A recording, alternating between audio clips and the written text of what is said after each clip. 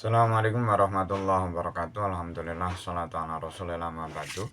Kali lagi kita akan mengkaji kitab Sitin Mas'alah, satu kitab fikih yang tipis, akan tetapi di dalamnya ada hal-hal yang patut kita ketahui karena berkaitan erat dengan ubudiyah kita, ataupun yang sudah tahu perlu kita ulas kembali, kita ulang kembali agar apa yang menjadi bahasan penting di sana tidak benar-benar kita lewatkan. Langsung saja masuk bahasanya. Bismillahirrahmanirrahim. Wa furuduhu ta pira-pira fardune tayammum iku arbaatun ana papat. Rupane niatu istihabahatus sholati, niat memperbolehkan sholat. Wa mashul wajhi lan baso wajah, wal yadaini lan tangan loro, wa tartibu lan tertib. Bismillahirrahmanirrahim. Pada pembahasan kali ini kita akan membahas berkaitan dengan fardu-fardu dari tayamum. Kemarin sudah dibahas kondisi yang memperbolehkan seseorang tayamum. Terus juga sudah dibahas syarat-syaratnya seperti apa dan lain sebagainya. Dan pada video kali ini kita akan membahas apa saja yang menjadi fardu-fardu dari tayamum itu sendiri. Dalam kitab ini dijelaskan bahwa tayamum itu memiliki 4 fardu. Yang pertama adalah niat. Niat itu artinya hati atau pikiran kita fokus, seolah-olah mengatakan apa yang hendak kita lakukan. Niat ini perlu kita ketahui, dalam niat ada 2 hal yang harus betul-betul kita lakukan, terutama dalam tayamum ini. Yang satu, niat dilakukan saat kita mulai mengusap wajah atau saat kita menyentuh bagian pertama dari wajah. Misal mengusap wajahnya dari bagian sini, gitu ya. Dan di bagian pertama inilah, saat menyentuh pertama inilah niat kita lakukan. Dan tempatnya niat itu ada di hati. Artinya seperti halnya orang-orang yang bicara di dalam pikirannya atau bicara di dalam benaknya. Nah, niat itu juga diucapkan di dalam benaknya. Redaksinya kalau bahasa Arab kira-kira nawaitu istibahatus sholati, istibahatas sholati. Itu kalau bahasa Arab. Bagi yang tidak paham bahasa Arab, niat berarti saya berniat melakukan tayamum guna memperbolehkan sholat.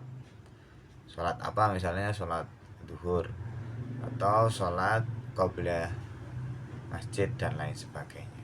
Nah, tempatnya ini ada di hati, dilakukan bersamaan dengan saat kita mengusap pertama kali bagian dari wajah. Nah,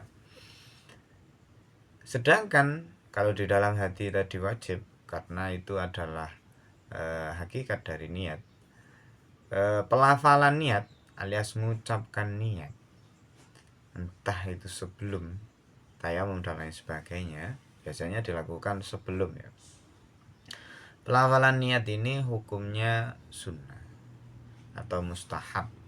Kalau di dalam redaksi syarah Sitin Masalah itu mustahab pun. Nah, pelafalan ini diucapkan ini, mengucapkan niat dengan mulut, itu sunnah karena membantu agar seseorang ini hatinya mantap atau hatinya yakin. Dia ingat dengan kesadaran penuh bahwa dia akan melakukan tayamum. Lalu jika niatnya ini tadi, ini masih berkaitan dengan niat. Jika niatnya tayamum untuk sholat fardu, katakanlah dia tayamum karena hendak sholat duhur, maka tayamum tersebut boleh digunakan untuk sholat-sholat sunnah. Selama dia sudah niat digunakan untuk zuhur, maka boleh dilakukan tayamum tersebut. Setelah dia bertayamum boleh melakukan sholat zuhur, ibadah sunnah yang lain dan lain sebagainya. Sedangkan bila niatnya tadi untuk sholat sunnah, maka tayamum tersebut tidak boleh digunakan untuk sholat fardu. Jadi jika seseorang tayamum hanya untuk sekedar sholat sunnah mutlak atau sholat sunnah qobliyah zuhri misalnya, lalu ketika seorang sholat zuhur, maka dia perlu tayamum kembali. Dan yang terakhir berkaitan dengan niat, jika niat tayamum ini untuk sholat zuhur misalnya ya, maka ketika sholat asar harus dengan tayamum kembali. Tayamum kembali yang baru, ngambil debu yang baru, kemudian digunakan untuk tayamum, yang mana tayamum ini diperuntukkan untuk sholat asar. Fardu berikutnya setelah niat adalah mashul wajhi. Maka niat dan mashul wajhi ini harus bareng tadi ya. Mashul wajhi, mengusap wajah, itu masuk bagian fardu dari tayamum. Maka ketika redaksinya mengusap wajah, yang dibasuh adalah atau yang diusap adalah kulit dan segala hal, baik rambut maupun bulu yang berada di area wajah. Jadi alis, bulu mata,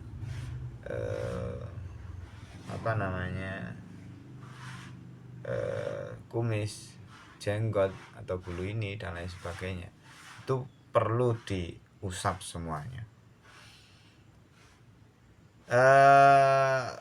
Yang dimaksud wajah di dalam pembahasan tayamum ini sama seperti wajah dalam pembahasan wudhu, yakni kalau batasan dari atas, yakni tempat tumbuhnya rambut sini, ini mulai dianggap area wajah ya, sampai tulang rahang, dimana tulang ini tumbuh gigi-gigi bagian bawah.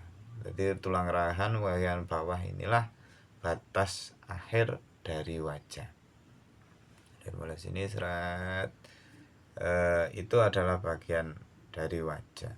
Sedangkan lebarnya dari telinga ke telinga, ini adalah area wajah.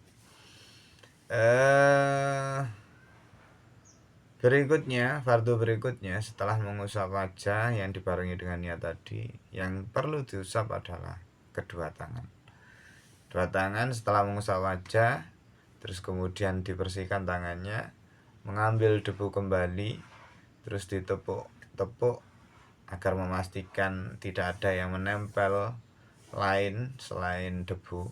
Hal-hal lain tidak menempel di tangan kecuali debu. Terus kemudian diusaplah tangan, misal ini tangan, mulai dari tangan kanan katakanlah ya, diusap mulai ujung hingga siku, kemudian diangkat naik ke atas, kemudian selesailah mengusap tangan kanan, baik bagian dalam maupun bagian luar.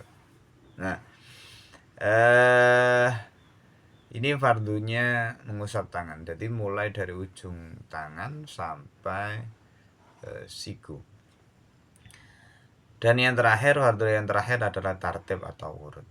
Urut ini dalam tayamum maksudnya adalah niat bebarengan dengan mengusap wajah. Ini adalah hal pertama yang dilakukan, baru kemudian mengusap tangan. Mengusap tangan, tangan kanan maupun tangan kiri ya, seperti yang saya praktekkan tadi. Nah, ini adalah fardu-fardu yang tidak boleh dilewatkan ketika seseorang hendak tayamum atau seseorang bertayamum. Akhirul kalam, assalamualaikum warahmatullahi wabarakatuh.